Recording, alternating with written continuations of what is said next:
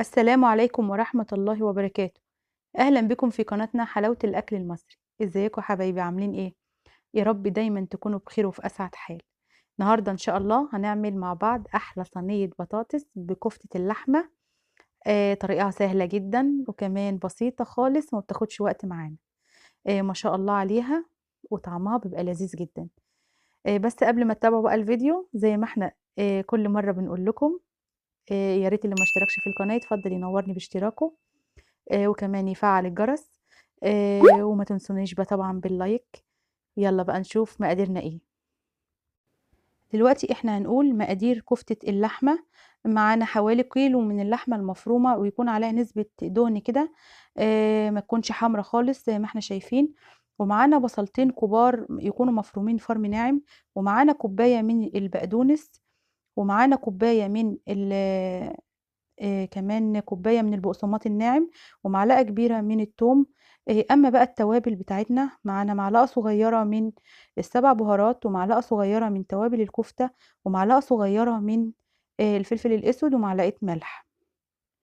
طبعًا أول حاجة هنقول بسم الله الرحمن الرحيم وهنبدأ دلوقتي نجهّز كفتة اللحمة. أول حاجة باجيب اللحمة كده زي ما إحنا شايفين. بانزل عليها بالبصل، بصل طبعًا يكون مفروم ناعم خالص.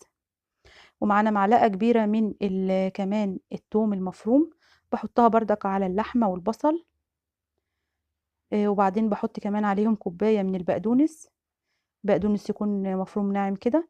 ومعانا كمان كوباية من البقسماط الناعم. ومعانا حوالي طبعًا ال التوابل اللي إحنا قُلنا عليها. إحنا قُلنا معانا معلقة من السبع بهارات ومعلقة صغيرة من توابل الكفتة ومعلقة صغيرة من الفلفل الأسود وكمان معلقة ملح. كل الحاجات دي باحطها طبعًا على الكفتة كده زي ما إحنا شايفين وباخلطهم كويس جدًا. وباسيبها حوالي بقى يعني ربع ساعة كده والّا حاجة يعني لمّا تشرب من بعضها كده التوابل بتاعتها.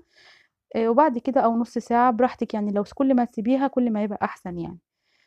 بعد كده باجيب بقى إيه صينية كده علشان هابدأ إن أنا أعمل الصوابع بتاعة الكفتة. طبعًا معايا شوية زيت كده في طبق علشان هاخد منهم كده وأصبّع الكفتة. خلاص أنا خلّصت كمية الكفتة كده زي ما إحنا شايفين. تعالوا بقى نشوف التجهيزات بتاعة الصينية اللي هي إيه، البطاطس اللي إحنا مقطّعينها طرنشات كده. معانا بطاطس الكمية اللي أنتِ عاوزاها مقطّعينها طرنشات. ومعانا كمان طرنشات من الطماطم وكمان طرنشات من الفلفل. ومعانا كمان حوالي بصلاية كبيرة تكون مفرومة. طبعًا أول حاجة باجيب صينية كده وأبدأ دلوقتي هادهنها الأول شوية زيت كده وبعدين أحط فيها البصل. هافرد البصل بالشكل ده كده. وبعد كده هابدأ أفرد بقى طبقات البطاطس. طبقة البطاطس كده بالشكل ده. هاخلّص بقى كمية البطاطس كلّها. طريقة الصينية دي سهلة جدًا وسريعة جدًا. وكمان يعني بتبقى حلوة أوي في طعمها يعني. وممكن تقدّمي معاها طبعًا رز أبيض، رز بشعرية، أي حاجة أنتِ حابة إن أنتِ تقدّمي معاها البطاطس. فما فيش مشكلة خالص.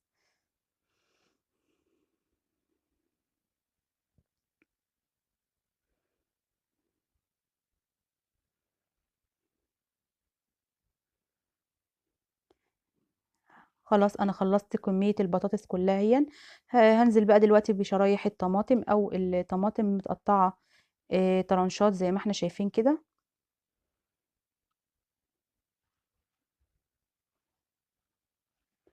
وبعد كده هانزل بالفلفل الأخضر.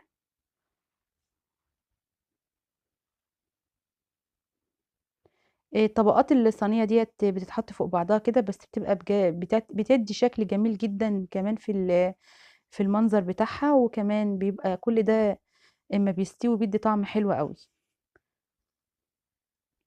خلاص كده خلّصت كمية الخضار بتاعي. دلوقتي بقى هابدأ أرُص الكفتة بتاعتي اللي أنا مجهّزاها.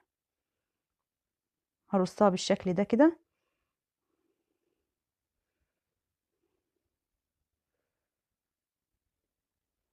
ممكن الكفتة ديّة تكوني مجهّزاها مثلًا عندِك وتعينيها في الdeep freezer. بتعينيها في طبق فِل كده وتحفظيها في الdeep freezer في أي وقت بتطلّعيها وتعملي الصينية دي تجهّزيها بسرعة. طبعًا خلاص أنا خلّصت كده الرَّس الكفتة، هابدأ دلوقتي إن أنا أجيب حوالي كوباية من الصلصة، عليهم نُص كوباية من المَيّة، وعليهم معلقة ملح، وكمان معلقة صغيرة من الكمون، ومعلقة صغيرة من الكزبرة الناشفة، وكمان فلفل أسود، وباقلّب كل الحاجات دي مع بعضها، وابدأ دلوقتي أنزل على الصينية بخليط الصلصة ده.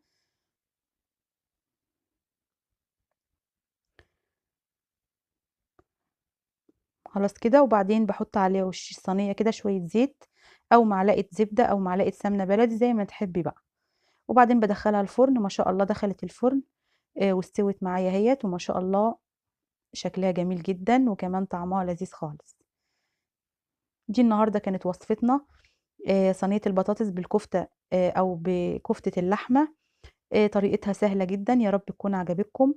ردوا عليَّ بقى في التعليقات وقولوا لي رأيكم إيه، وما تنسوش طبعًا اللايك واشتراككم في القناة وتفعيل الجرس علشان يوصل لكم كل جديد بإذن الله، واترككم في رعاية الله وأمنه، والسلام عليكم ورحمة الله وبركاته.